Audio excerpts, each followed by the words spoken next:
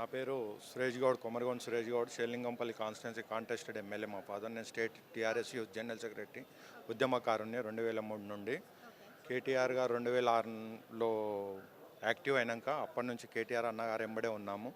Party కోసము ఆర్నిశలు కష్టపడ్డాము. ఈరోజు తెలంగాణ రాష్ట్ర పార్టీని ఈరోజు భారత రాష్ట్ర సమితిగా ఏర్పాటు చేసినాక కేటీఆర్ గారికి ఉన్న ఫాలోయింగ్ దేశంలో ఏ నాయకునికి కూడా లేదు. కాబట్టి రాబోయే రోజులలో కేటీఆర్ గారు రాష్ట్ర ముఖ్యమంత్రి అవుతారు, కేసీఆర్ గారు అడుగుజాడలలో పార్టీని ముందుకు తీసుకెళ్తారని ఆశిస్తున్నాం. అదేవిధంగా యువతకు అందరికీ ఆదర్శంగా కేటీఆర్ గారు రాబోయే రోజులలో ఈరోజు తెలంగాణ రాష్ట్రంలోనే భారతదేశంలోనే మొట్టమొదటి స్థానంలో నిలబెట్టారు, ఐటీ రంగంలో కానీ ప్రతి రంగంలో కూడా.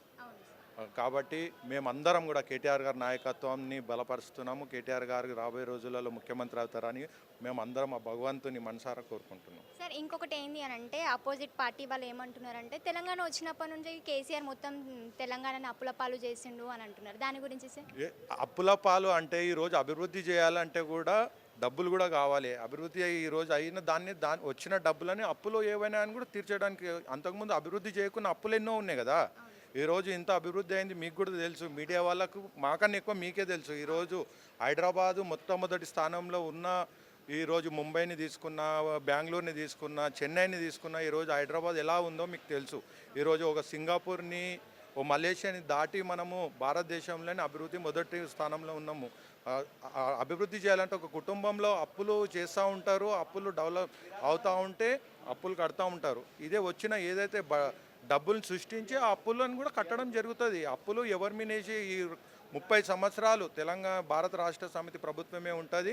రాబోయే రోజులలో కూడా ప్రభుత్వం ఏ అప్పులైనా ఎవరినైనా అని కూడా ఏవి లేకుండా క్లియర్గా కేటీఆర్ గారి నాయకత్వంలో, కేసీఆర్ గారు అడుగుజాడల్లో తెలంగాణ రాష్ట్రం అభివృద్ధి చెందుతుంది. అండ్ సార్, ఇంకొకటి ఏంటి అని అంటే ఇప్పుడు తెలంగాణ ప్రభుత్వం నుంచి వచ్చే పథకాలన్నీ అందరికి వెళ్తున్నాయి అనుకుంటున్నారు? ప్రతి ఒక్కరికి వెళ్తున్నాయండి. ఈరోజు దళిత బంధు కానీ, రైతు బంధు కానీ, పెన్షన్స్ కానీ, నిన్ననే కేసీఆర్ గారు 4016 రూపాయలు వికలాంగుల కోసం వాళ్ళకు కూడా ప్రకటించడం జరిగింది. ప్రతి ఒక్కరు ఈరోజు తెలంగాణ 100కి 99% ఏవైతే సంక్షేమ పథకాలు ఉన్నాయో ప్రతి ఒక్కరికి అందుతున్నాయండి.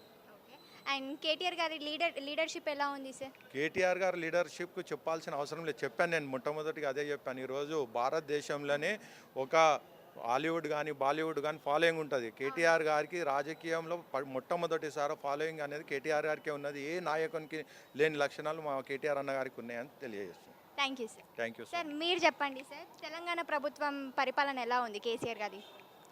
చాలా బాగుందండి, చాలా అభివృద్ధి పదంలో దూసుకుపోతుంది తెలంగాణ.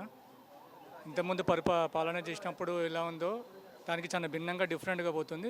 అన్ని సెక్టార్లలో డెవలప్మెంట్ దూసుకుపోతుంది. ప్రస్తుతం అయితే బీఆర్ఎస్ ప్రభుత్వం ఇంకో 10-15 ఇయర్స్ వరకు ఉంటుంది. కేటీఆర్ గారే సీఎం అవుతారు. ఫ్యూచర్ నాయకత్వం మొత్తం కేటీఆర్ గారే. అంటే ఏమేమి డెవలప్మెంట్ అయినాయి అనుకుంటున్నారు సార్ ఇప్పటి వరకు? ఇప్పుడు ఐటీ రంగంలో నెంబర్ 1 ప్లేస్లో ఉన్నాము. ఇన్ఫ్రాస్ట్రక్చర్ డెవలప్మెంట్ అయింది. ప్రతి ఒక్క కుటుంబము, ప్రతి ఒక్క తెలంగాణ ప్రతి ఏరియాలో ప్రతి కుటుంబంలో ఏదో ఒక సంక్షేమ పథకం మన బీఆర్ఎస్ ప్రభుత్వం నుంచి అందుకుంటున్నారు. కాబట్టి అన్ని విధాలు అన్ని రంగాల్లో డెవలప్మెంట్, ఇరిగేషన్ పరంగా కానీ అన్ని విధాలు అన్ని సెక్టార్లో డెవలప్మెంట్ అయితే ఉంది ప్రస్తుతం. అండ్ సార్, ఒకవేళ కేటీఆర్ గారు కేసీఆర్ గారు కొడుకు కాకపోతే డెవలప్మెంట్ ఇంతగానం ఉంటుండేనా సార్? ఇప్పుడు న్యాచురల్గా ఒక లీడర్ అన్నప్పుడు నెక్స్ట్ వాళ్ళ జనరేషన్ వాళ్ళకు కూడా ఫాలోయింగ్ ఉండడం, అది పరంపర కొనసాగడం అది కామన్. అది దీనికి దానికి ఏం సంబంధం లేదు. ఈయన దగ్గర ఆల్రెడీ అది ఒక వరకే, ఒక పరిధి వరకే పనిచేస్తుంది. తర్వాత ఆయన సెల్ఫ్ టాలెంట్ ఉంది, ఆయన దగ్గర ఆ టాలెంట్ తోటి ఆయన ఇప్పుడు దూసుకుపోతున్నాడు. ఇంకా ముందు కూడా డెవలప్మెంట్ చేస్తూనే ఉంటారు. ఓకే, మరి కేటీఆర్ గారు సీఎం అవుతే ఎలా ఉంటుంది సార్? 100% ఇంకా సూపర్గా ఉంటుంది. ప్రస్తుతం ఉన్నదానికి రెండింతలు డెవలప్మెంట్ ఉంటుంది. రెండింతలు అన్ని రంగాల్లో కూడా మనం బెస్ట్ ప్లేస్లో ఉంటాం. అండ్ ఇప్పుడు ఆపోజిట్ పార్టీస్ వాళ్ళు కూడా ఏవైతే ఉన్నాయో వాళ్ళు ఏమంటున్నారంటే తెలంగాణ వచ్చినప్పటి నుంచి కేసీఆర్ ఏం చేసిండు, తెలంగాణ ప్రజలను దోచుకోవడం తప్ప కేసీఆర్ మొత్తం అప్పుల పాలు చేసిండు తెలంగాణ అని చెప్పేసి ప్రజల్లోకి అదొకటి మైండ్ సెట్లోకి పంపించేస్తుంది. వాళ్ళు ఏది తీసుకెళ్ళినా ప్రజల గుండెలో, ప్రజల మనసులో కేటీఆర్ ప్రభుత్వం చేసే సంక్షేమ పథకాలు కానీ వాళ్ళు అందిస్తున్న అభివృద్ధి పథకాలు కానీ అందుతున్నాయి. ప్రతి ఒక్కరు లాభపడ్డారు. కాబట్టి అలాంటి చిల్లర మాటలు ఎవరు పట్టించుకోరు. డెవలప్మెంట్ చూస్తారు. తర్వాత వాళ్ళ వర్కింగ్ స్టైల్ ఎవరైతే ప్రజలకు ఏం మంచి చేస్తున్నారో వాళ్ళ తరఫున ప్రజలు ఉంటారు. ఎప్పుడు వాళ్ళనే గెలిపిస్తారు. ఓకే సార్, కాంగ్రెస్కి ఎన్ని సీట్లు వచ్చే అవకాశం ఉంది? లాస్ట్ టైం వచ్చిన దానికి మనకి ఒక 4-5 అటు ఇటుగా రావచ్చేమో. 15-20 మధ్యలో ఎక్స్పెక్ట్ చేస్తున్నాం మేము అంతే. BJP sir? బీజేపీ 3-4 మధ్యలో ఉంటుంది అంతకుమించి. అంతేనా sir? Thank you sir. Thank you.